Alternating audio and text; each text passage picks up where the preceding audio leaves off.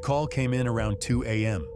A frantic mother, almost incoherent, said her toddler was missing. Not just missing from the house, missing from his crib. She'd put him down at 8 p.m., checked on him before she went to bed, and when she woke up for a glass of water, the crib was empty. No forced entry, nothing out of place.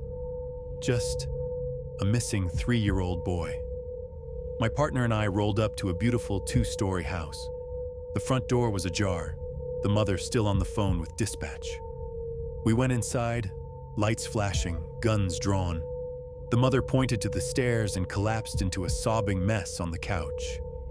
My partner went to check the first floor while I went upstairs. I tried to stay quiet, but the floorboards creaked with every step. I was on edge. This wasn't a robbery or a domestic dispute. This was something different, something deeply wrong. I saw the nursery at the end of the hall, the door slightly ajar. I pushed it open slowly. The room was dark, but a small nightlight cast a dim glow over the crib. It was empty, just as the mother had said. I shined my flashlight around the room. It was decorated perfectly, like a photo from a magazine. There were toys scattered on the floor and a giant, old-fashioned dollhouse in the corner. As I was about to leave, I heard a sound, a faint, almost imperceptible sound. It was coming from the dollhouse. It sounded like a muffled giggle. I froze. I pointed my flashlight at the dollhouse. It was the size of a small refrigerator, with intricate details. I slowly walked towards it and shined my light into one of the tiny glass-paned windows. I saw a little boy, no older than 3, sitting inside. He was giggling, playing with some of the miniature furniture. "Hey, little guy," I said, my voice barely a whisper. "You need to come out of there." The giggling stopped, and a tiny face, covered in dirt, pressed against the glass. He shook his head. "Come on, your mom is worried sick." He didn't move. I saw the back of the dollhouse was a little creased and looked like a door. I tried to open it, but it was locked. I was about to call my partner when I heard a faint scratching sound coming from the dollhouse. It sounded like fingernails on wood. I pointed my flashlight at the front of the dollhouse again, looking through the windows. The little boy was no longer looking at me. He was turned away, staring at the back wall of the dollhouse. I shined my light on his face, and that's when I saw it. The little boy's hands were covered in scratches, and his tiny knuckles were white. He was frantically trying to get out, scratching at the back wall. Then I heard it again, a muffled whisper. This time it was coming from inside the dollhouse with him. "Don't look at me." My blood ran cold. The little boy started crying, not a loud sob, but a quiet whimper. I yanked at the back door of the dollhouse and it flew open with a loud thud. The little boy scrambled out and ran to me. "She's in there, officer. She said I was her new dolly," he sobbed. I peered inside the dollhouse, my flashlight trained on the tiny, cluttered space. The floor was covered in dust, and a single child-sized doll lay face down in the corner. Its limbs were bent at unnatural angles, and the eyes were gone. Just hollow sockets staring into nothing. I heard the radio on my shoulder crackle. "Anything up there, Jack?" It was my partner. I picked up the boy and ran out of the room. We got the kid to his parents and spent the next few hours investigating the house. We found no one and nothing, not a single clue. But to this day, when I close my eyes, I can still hear that scratching sound, and I still wonder who or what was inside that dollhouse with that little boy.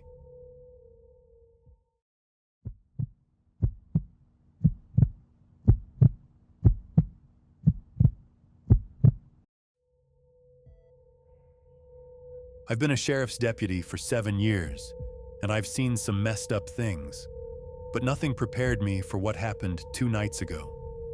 We got a call around 3 a.m. about a single-car accident on a back road out near the old Blackwood farm. Dispatch said it was a young woman, and she was pretty shaken up. She'd managed to get a signal just long enough to tell them her car was wrapped around a tree and that she could see lights in the woods. I was the closest unit, so I took the call. The road was a mess of overgrown trees and potholes. I had to go slow, and a thick fog had rolled in, making visibility a nightmare. As I got closer, I saw the flashing lights of the woman's hazard lights reflecting off the fog. She was right. Her small sedan was crumpled around a massive oak tree.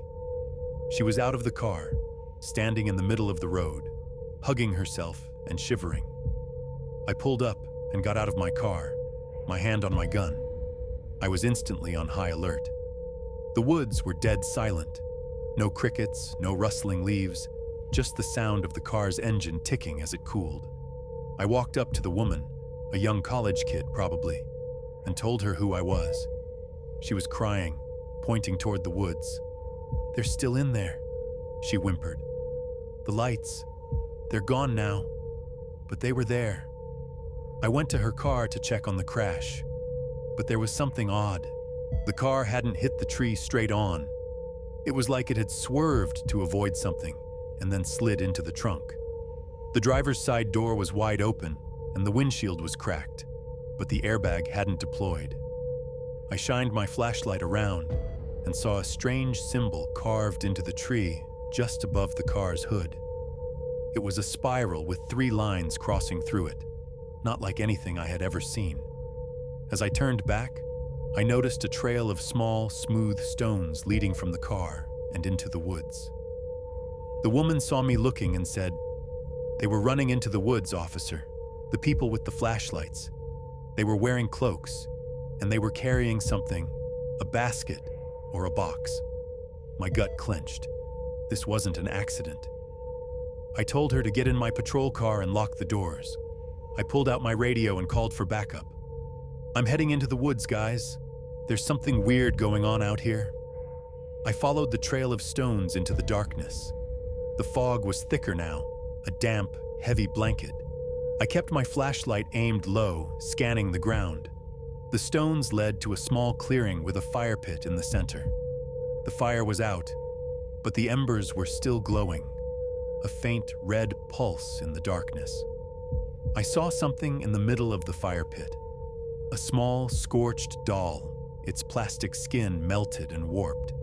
There were more of those weird symbols drawn in the dirt all around the pit, and that's when I heard it.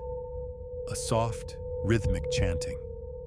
It sounded like it was coming from everywhere at once, from deep in the forest. I raised my gun, pointing it in the direction of the sound. I called out, "Sheriff's Department! Show yourselves!" The chanting stopped instantly. Silence. My heart was pounding so hard I could feel it in my ears. I took a few steps forward, my flashlight scanning the tree line, and then I saw them. 2 figures in the distance, partially obscured by the fog. They were still, facing away from me. As I moved closer, I saw they were not wearing cloaks. They were completely naked, their skin a pale, sickly white. They didn't have any hair, and their limbs were long and thin, like sticks. The one on the left was holding a small basket, and I could hear a whimpering sound coming from it. Just as I was about to call out again, they both slowly turned their heads. Not their bodies, just their heads, in a slow, unnatural, jerking motion. I saw the flash of 2 wide black eyes, reflecting my flashlight like a mirror. That's when the whimpering from the basket turned into a tiny cry. They started moving toward me, but not in a run. They moved with a disturbing, disjointed slowness, like puppets on strings. That's when I turned and ran. I didn't look back. I just ran and ran until I was back at my patrol car. I told dispatch I was clear and to disregard my last message. I put the woman in my car and sped away, leaving the crash site behind. They eventually found the 2 bodies. They were a couple of missing hikers who had gone off the grid 2 weeks before. They were found near a campsite wrapped in sleeping bags, but their eyes had been removed. The medical examiner said it looked like it was done with something sharp, like a ritual. I never told anyone what I saw in those woods that night. Every time I drive by that road, I still feel a cold dread creeping up my spine, and I can still hear that small cry coming from the basket.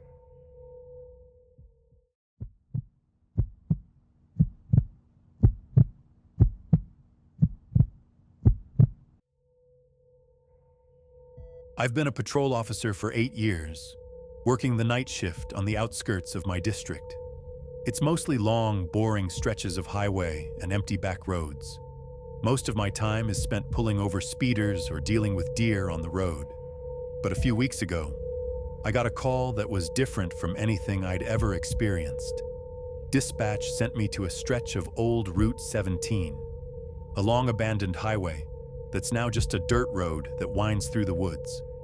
A trucker had called in, saying he saw a little girl walking on the side of the road late at night, in the rain. He said she was wearing an old-fashioned white dress and was sobbing. I drove out there, the rain hitting my windshield in sheets. As I got closer to the location, my headlights cut through the darkness, revealing a single, small figure standing on the side of the road. It was a girl, maybe 5 or 6 years old, with long, dark hair plastered to her face. She was wearing a white dress that was completely soaked and clinging to her. She wasn't just crying, she was screaming, a high-pitched wail that seemed to cut through the sound of the rain. I pulled over and got out, my flashlight aimed at her. "Hey, little one," I said, trying to keep my voice calm. "Are you okay? Where's your family?" She didn't respond. She just stared at me with wide, dark eyes, and the screaming continued. It was a piercing, unnatural sound. As I took a step toward her, I noticed something strange. She wasn't moving. She was just standing there, crying, with her feet planted in the mud. I looked closer, and that's when I saw it. She was standing in a small circle of scattered, broken dolls. Their porcelain faces were cracked, their glass eyes staring blankly at the sky. My skin crawled. I took out my radio and called for backup, telling dispatch I had located the child. As I was speaking, the little girl's screaming suddenly stopped. The silence was more terrifying than the noise. She slowly raised a hand and pointed to the woods. I shined my flashlight in the direction she was pointing, but I saw nothing but trees and darkness. "They're waiting," she whispered, her voice a dry, raspy sound that was much too deep for a child. I took a step back, my hand on my gun. "Who's waiting?" I asked, my voice shaking a little. The girl didn't answer.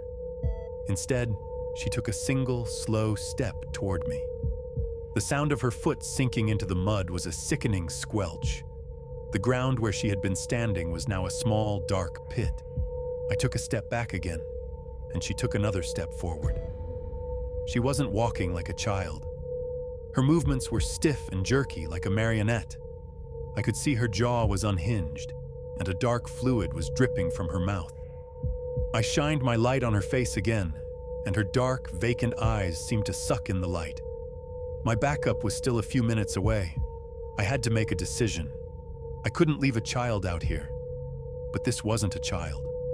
Not anymore. I slowly raised my gun, pointing it at her chest. "Stay back," I yelled.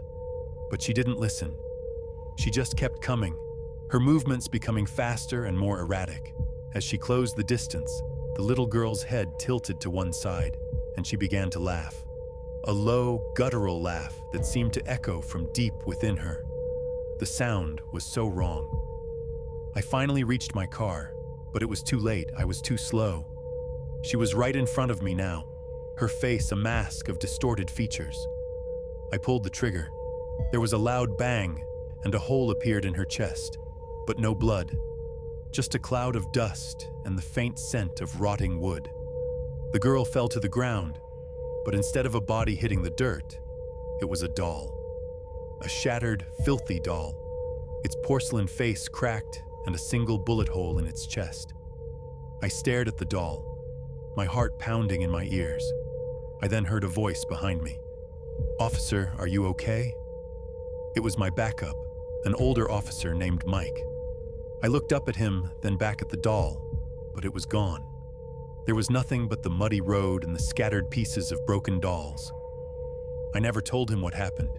He just wrote it up as a false alarm, a hallucination brought on by a long night and too much caffeine. But I know what I saw, and I know that sometimes what you're dealing with isn't a crime. It's something else entirely. Something with no name, no motive, and no mercy.